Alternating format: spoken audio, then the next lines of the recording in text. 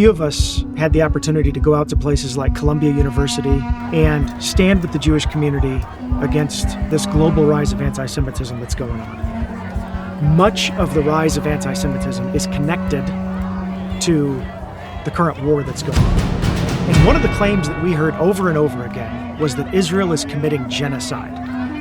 Now, none of these college students who are parading around the campuses have ever been in the Gaza Strip. Mm-hmm. They're not there at war.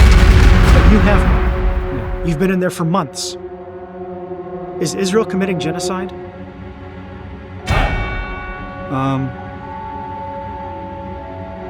Here's the thing that I think many people don't understand is the cost of war. War is not pretty. War is not it's not a surgical operation where you just take out that one bad cell or whatever that needs to be surgically removed and everything's good and hunky-dory, okay? As much as we would wish we could do that, we can't. The Rocketeers are firing from homes. These homes are actually command posts of the Hamas and Islamic Jihad army. And so we have to attack them, and we try to minimize as we can civilian casualties. No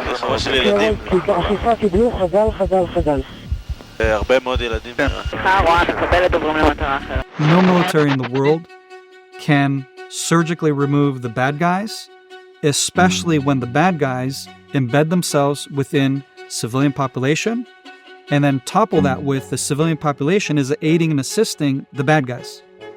Okay? So when college students who've never had their life in threat, with all due respect, who've never had family members raped and murdered, and seen the hell that I've seen, they don't have a clue of what they're talking about. If you've never been to war, with all due respect, don't give your opinion about war, because you don't know what you're talking about. Just like I know nothing about whatever it is they're studying in school. So I'm not going to give my opinion on their college studies. Mm-hmm. So how dare they, first of all, critique me and my military for engaging in a defensive war? Not to mention, we're going after hostages who have been held now for over 200 days. For over 200 days, as we're sitting right now and speaking, okay? And God knows how much longer this is going to last. Now, are we committing a genocide? The answer is absolutely no. Absolutely no. Our military is carrying out the most surgical, most successful operations within, like I said, the context of bad guys embedding within civilian populations, embedding in mosques, hospitals, schools, United Nations facilities. The Israeli army says Hamas is using the civilians as human shields.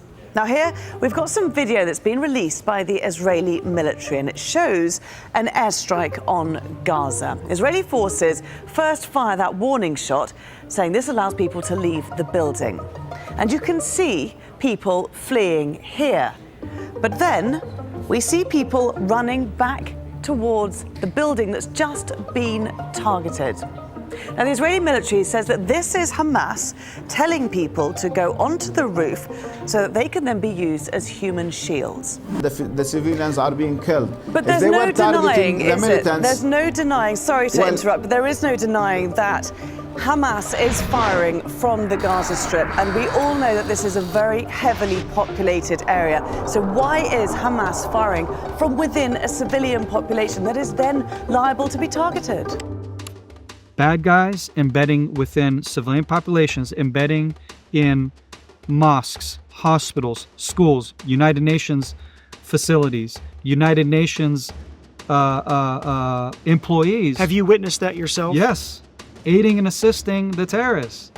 On February 10th, the world discovered that the terror tunnel right below UNRWA headquarters in Gaza, with electric cables going from the UNRWA grid to power computer servers, forming a Hamas intelligence center. Mr. Lazzarini responded that day, quote, "UNRWA did not know what is under its headquarters," end quote.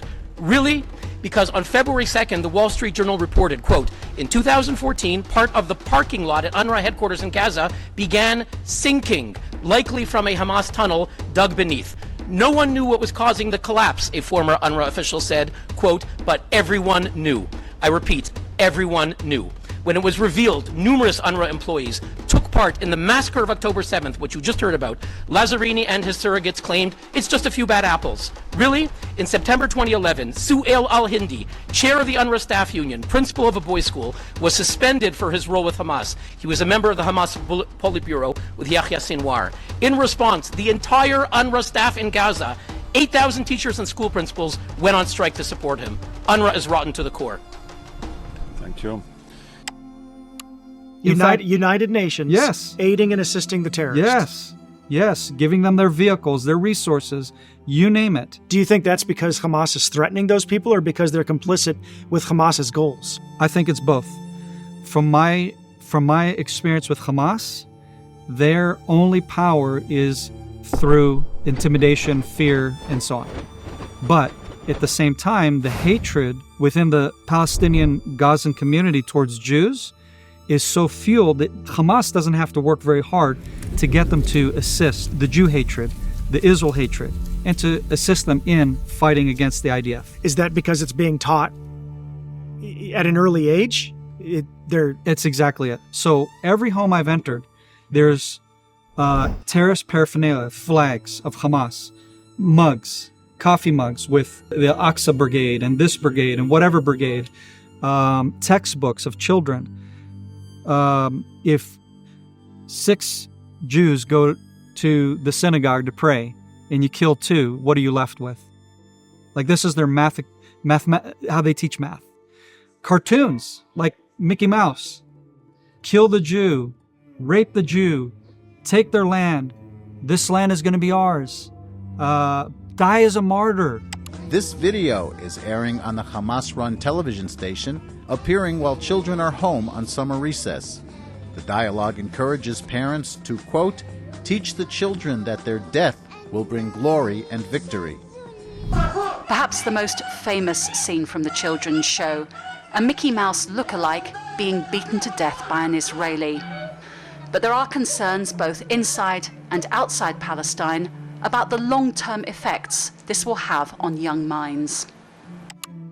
The greatest goal in life, be a martyr, be a martyr. This is the stuff they're pumping into the minds of these young kids. And so my anger, personally, is against these terrorist entities who have stolen the childhood of the Gazans. They have stolen their childhood. They can't be actual children and enjoy playing normal games like other kids. Instead, they play capture the soldier, behead the soldier, capture the settler, behead and kill and mutilate the settler, etc., etc. I mean, these are the games they're playing. And then they have no future except terrorism, except killing and murdering. And what it leads to is they themselves enacting that violence towards each other.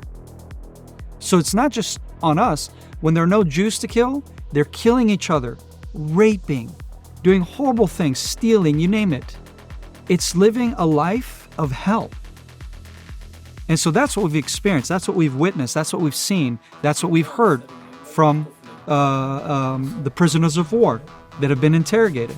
These are the witnesses, the stories that are coming from them.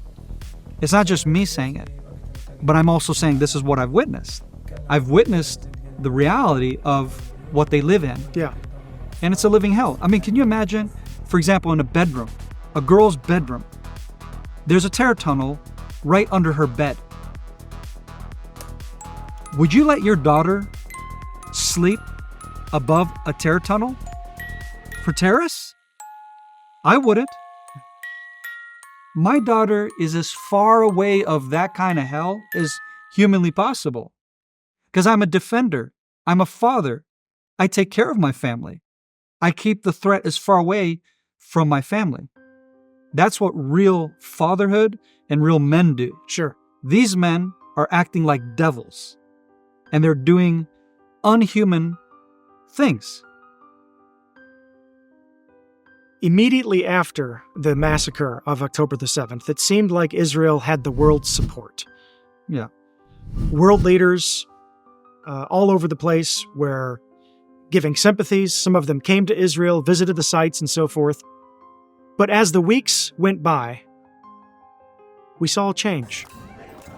When all of a sudden it was not only back to normal, that this is all Israel's problem, but it's the global anti-Semitism, the fervor of it has only increased now. Yeah. Why is that? Well, there's a few reasons, but I think one of the biggest reasons is United States pressure on Israel and restraining our military operations. By holding us back, they've allowed this war to drag out longer. The longer the war drags out, the longer the propaganda war against Israel can feed off of that and say, look how the military's taking their time, they're not ending this, they're just looking to commit genocide and so on, right? These are the claims against us. So it's partially that, but I think it's also the fact that people want to believe that the Jew is bad. Because I think something that the world has been ignorant of and just assumed that after Nazi Germany was defeated in World War II. Tribunal sentences you to death by hanging. Death by hanging. What the world did not recognize and realize, people still have anti-Semitic views. Just because we defeated the head of the military front against Jews and much of Europe, did not mean that we did away with anti-Semitism. Unfortunately, anti-Semitism is alive and strong, and it is this war and every war that we've had to fight to defend ourselves that fuels their hatred towards us, their critique against us. I'll give you an example. Again, to put to bed this claim of war crimes, because my answer is real simple. If you want to critique us, no problem. Look yourself in the mirror first of all before you critique us. Lord Andrew, I believe is his name. I forget his last name. Roberts. I think Andrew Roberts, I believe, of England. He's a war historian. Spoke at the British Parliament, and he addressed this issue of the casualties of war in Gaza. Even if we were to take Hamas's statistics as accurate, the 27,500 figure, and there's no reason why we should, because we don't do that with Putin, we don't do that with ISIS. If one subtracts the number of Gazans who've been killed by the quarter or so of Islamic Jihad and Hamas rockets that fall short, one's left with a fewer than 2-to-1 ratio of the civilians to Hamas terrorists killed, of whom there have been over 9,000 so far. My lords, war is hell, and every individual civilian death is a tragedy. But speaking as a military historian, less than 2-to-1 is an astonishingly low ratio for modern urban warfare, where the terrorists routinely use civilians as human shields. And it's a testament to the professionalism, ethics, and values of the Israeli Defense Forces. Right now we're in Gaza, and what you see over here, if you hear the sounds, so that's gunfire, that's live gunfire. We have bad guys in here. That's our guys shooting back right now, trying to engage with the bad guys, and we're trying to get lucky. If any of them run this direction, we have enough guns on them that will take care of the job.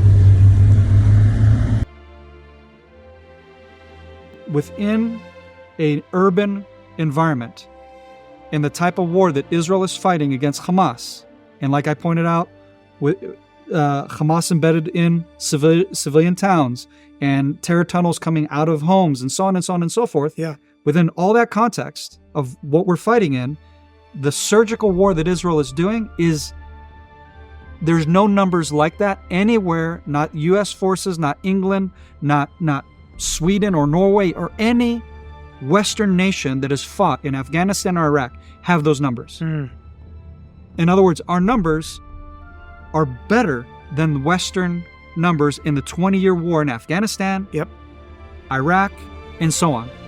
So if what we're committing is a genocide, then my answer is real simple. Then what was it that you guys did in Afghanistan, Iraq? What is that then? If not a genocide? This is not pro-Israel, pro-nothing. These are facts. And these are taking facts from non-facts. Because with all due respect, the Hamas numbers, and this is something that we've witnessed, and you want to know what I've seen, not what these college students have heard. I've seen terrorists in civilian clothing, typically wearing some kind of jumpsuit of some sort, some Adidas pants and shirt and whatever, running around with weapons. And the minute they find themselves in a place where they can't fight anymore or like they're going to die, they toss the weapon. You know, I'm just a civilian, leave me alone. Well, you're just firing at the soldiers a minute ago. Yeah. You're the one that just shot the RPG after you popped your head out of the terror tunnel at my guys. But that's their tactics. That's an incredibly difficult position. Because what it is anytime one of those guys get killed, they're not in uniform. You get what I'm saying? Yeah. And so that's why Hamas says they're civilians, right? It's a propaganda war. It is. And that's what these guys are doing. It's not a propaganda war on our side. Remember, I'm the one that came under attack. My civilians were raped and murdered in the worst possible way, in the worst anti-Semitic attack on Jews since the Holocaust. These are the facts. And I'm going in to get hostages.